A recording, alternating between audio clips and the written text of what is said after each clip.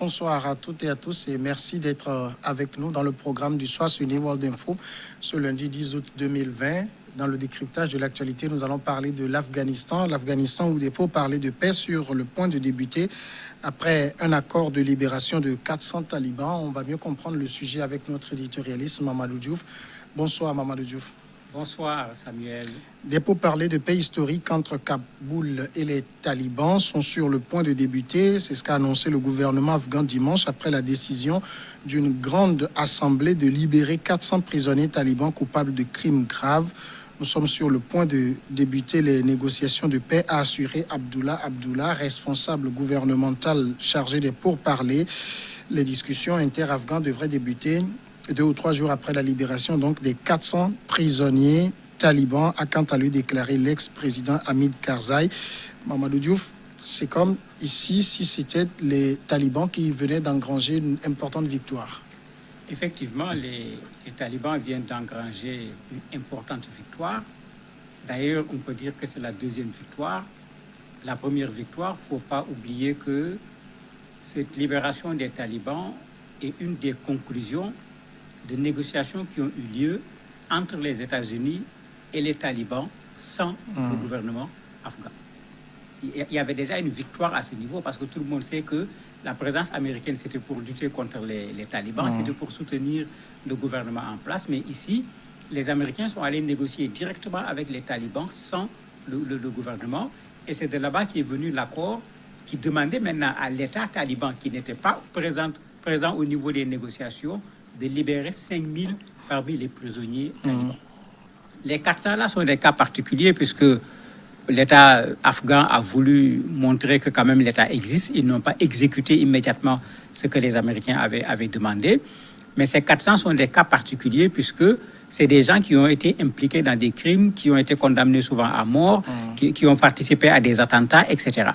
Et c'est pourquoi l'État taliban ne voulait pas les libérer. Ils ont libéré 5000 puisque c'est le nombre qui avait été demandé. Mais les talibans avaient exigé qu'un certain nombre parmi les prisonniers talibans fassent partie de ces 5000 personnes à libérer. Et c'est ça qui avait créé la difficulté avec ces 400 prisonniers afghans, raison pour laquelle, pour y mettre la forme, ils ont convoqué ce qu'on pourrait appeler la plus grande assemblée d'Afghanistan, qu'ils appellent la Loya Jirga, qui regroupe des autorités étatiques, des autorités religieuses, des chefs de tribus, etc., pour que les gens acceptent que des gens qu'on considère comme des criminels, en quelque sorte, puissent être libérés, ce qui fait une deuxième victoire, effectivement, pour les talibans. Le président afghan Ashraf Ghani a écrit « Aujourd'hui, je signerai un décret pour relâcher les 400 prisonniers restants ». Ce n'est pas un peu comme s'il avait aussi la main sur la situation? Il n'a pas du tout la main sur la situation. Mais il a eu l'intelligence de mettre la forme. Ils n'ont pas la main puisque s'ils n'ont pas été présents aux négociations où les Américains ont négocié les étapes avec les talibans en disant aux talibans, vous cessez d'attaquer les étrangers, pas les nationaux, les étrangers. Vous cessez de servir de soutien aux mouvements terroristes comme Al-Qaïda et État islamique qui se trouvent dans la zone. Nous, les Américains, nous allons nous désengager progressivement. Et quand on aura fini entre nous ce qu'on a fait comme accord et qu'on l'a respecté, les talibans vont aller négocier avec le gouvernement afghan. Donc, il est clair que le gouvernement afghan n'a pas du tout la main. Mais ça se comprend parce que les Américains sont un énorme soutien aujourd'hui pour le gouvernement afghan, aussi bien sur le plan militaire que sur le plan économique. Donc, le président n'avait pas véritablement aussi une marge de manœuvre pour pouvoir dire non aux Américains, parce que sans les Américains, c'est clair que les talibans auraient déjà repris le pouvoir en Afghanistan depuis fort longtemps. Est-ce qu'il est sûr qu'après la libération de ces 400 prisonniers, des discussions inter-afghans vont pouvoir s'ouvrir? Certainement oui, puisque du côté afghan, du côté du gouvernement afghan, ils ont déjà nommé celui qui va diriger la négociation. Du côté des talibans, ils ont fait la même chose. Et des deux côtés, chacun l'a dit clairement, la seule attente, c'est que la libération de ces 400 prisonniers soit effective. Si la libération est effective, il y a un accord sur le lieu de la rencontre, c'est Doha, là où il y avait eu les discussions avec les Américains. Chaque parti a déjà préparé sa délégation. C'était le seul obstacle qui restait pour qu'il y ait ces pourparlers directs, comme l'a appelé les négociations entre les talibans et les Américains. Est-ce que ça veut dire que dans l'Afghanistan d'aujourd'hui, les talibans sont connus et évoluent à visage découvert? Mais bien sûr, ils sont connus, évoluent à visage découvert, occupent des parties également de l'Afghanistan. La situation actuelle, c'est que les Américains, malgré qu'ils aient amené là-bas à un certain moment pratiquement 20 000 hommes, ils n'ont pas été capables de défaire les talibans. Puisque l'Afghanistan n'est pas un pays plat, c'est des montagnes, c'est extraordinaire comme paysage d'un point de vue géographique, mais en même temps, c'est très adapté pour ce genre de guerre à caractère asymétrique, de sorte que les Américains, il faut le dire clairement, se sont cassés les dents en Afghanistan. Donc les rencontres de Doha, c'était pour les Américains une façon de sortir au moins par la petite porte, à défaut de pouvoir sortir par la grande porte, en se rendant compte qu'ils ne peuvent pas défaire les talibans et que l'État afghan qu'ils sont en train de soutenir depuis fort longtemps ne parvient également pas à défaire les talibans. La solution, c'est de s'asseoir autour d'une table et de voir comment trouver une solution autre que la solution militaire. De quoi vont discuter les talibans et les autorités afghanes? Mais certainement le partage du pouvoir. Puisqu'il faut être clair dans ce genre de situation, les talibans étaient au pouvoir. On les a fait quitter le pouvoir. Le président Ashraf Ghani est actuellement au pouvoir. Si ces deux se retrouvent, très certainement dans la discussion, comme ça se fait généralement entre des groupes rebelles de façon générale et le pouvoir, il y aura discussion sur le partage du pouvoir. Il y aura discussion également sur l'orientation que le pouvoir va prendre, parce que les talibans sont très clairs, ils tiennent à l'orientation islamique de l'Afghanistan. À coup sûr, cet élément participera à la discussion.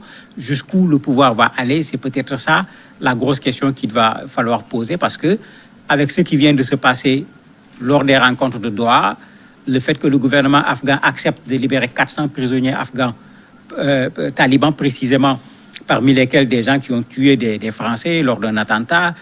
Parmi eux, il y a ceux qui avaient attaqué, si vous vous rappelez, l'hôtel Continental au niveau de Kaboul, qui avait fait pratiquement 40 morts, parmi lesquels 14 étrangers, de sorte que même il y a des pays étrangers qui se plaignent parce que leurs populations ont été victimes de ces prisonniers et on est en train de les libérer au nom de la réconciliation nationale.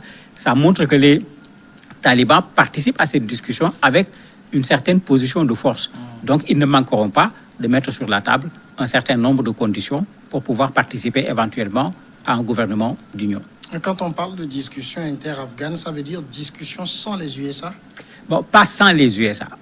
Il y aura le représentant là-bas, qui était le même représentant qu'ils avaient à Doha avec les talibans, sera là-bas.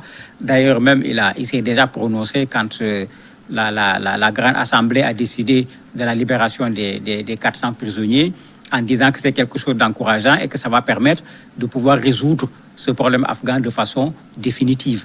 Parce qu'aujourd'hui, c'est ce que les Afghans de façon générale cherchent, parce que, comme d'habitude, quand vous allez en Afghanistan, la terreur qu'on présente des talibans à l'extérieur, ce n'est pas la perception que les Afghans eux-mêmes ont des talibans.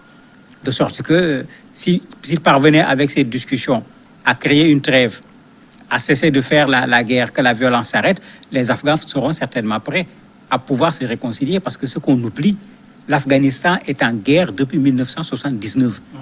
D'abord avec les Russes, quand ils ont mis les Russes dehors, quand les talibans sont venus prendre le pouvoir avec les Américains et la coalition internationale, l'affaire de Ben Laden est venue s'ajouter là-dessus, mais vous imaginez un pays en guerre depuis 1979, vous avez des Afghans à la limite qui n'ont connu que la guerre, ils ne savent même pas ce que veut dire la paix. C'est logique que ces gens-là se disent à un certain moment, arrêtons de faire la guerre, nous sommes tous des Afghans, essayons de nous entendre sur un minimum pour au moins qu'on puisse vivre en paix. Est-ce que ce n'est pas un peu trop facile de réduire la question de la paix en Afghanistan aux seuls talibans, alors qu'on sait qu'il y a l'EI, qu'il y a AQMI? En fait, EI et AQMI sont considérés un peu comme des éléments étrangers. Bien que AQMI est né en Afghanistan avec Ben Laden et les autres, et AQMI est né avec quand même toute une légion étrangère. État islamique également fonctionne avec toute une légion étrangère. Alors que parmi les talibans, pendant la guerre, il y avait des talibans qui avaient plutôt des positions nationalistes, qui eux-mêmes pensaient que la présence des étrangers compliquait la guerre en Afghanistan. Ceux-là, par exemple, pourront facilement s'entendre avec le gouvernement. Il y a d'autres qui pensaient que non, c'est une guerre qui concerne tout le monde, puisqu'à l'époque, quand c'était la guerre contre l'Union soviétique, c'était l'Union soviétique communiste.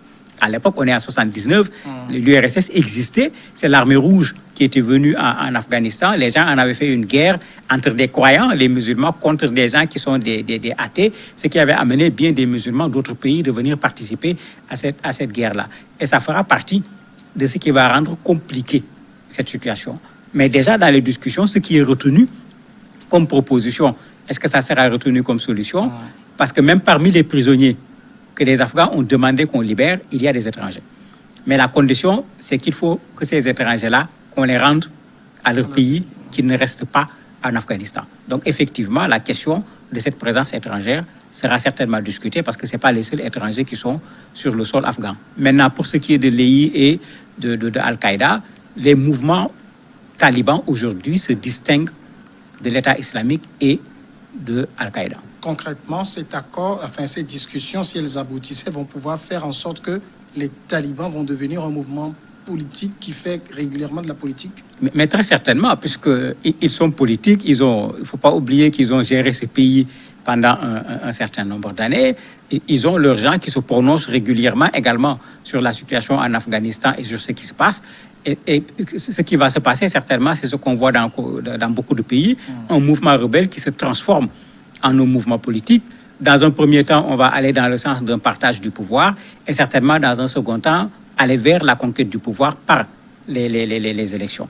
Et là, ça deviendra complètement différent parce que l'État islamique, Al-Qaïda, par exemple, ne parle jamais d'élections dans un pays. Eux, ils veulent prendre le pouvoir par la force. La démarche sera tout autre par rapport à ce que ces mouvements terroristes proposent. L'opinion afghane est donc favorable à ce qui se fait actuellement? En partie. Pour le retour de la paix, l'opinion afghane est favorable. Pour le fait que les Afghans se retrouvent pour discuter, l'opinion afghane est favorable. Mais parmi les Afghans, il y en a qui ne sont pas d'accord que l'on libère ces 400 personnes en particulier. Même pendant la discussion, il y en a qui se sont plaints en disant que racheter ces criminels, puisque c'est l'expression qui a été utilisée au nom de l'unité nationale afghane, c'est véritablement quelque chose qu'il ne faut pas faire. Certains même sont allés jusqu'à dire que c'est une trahison nationale.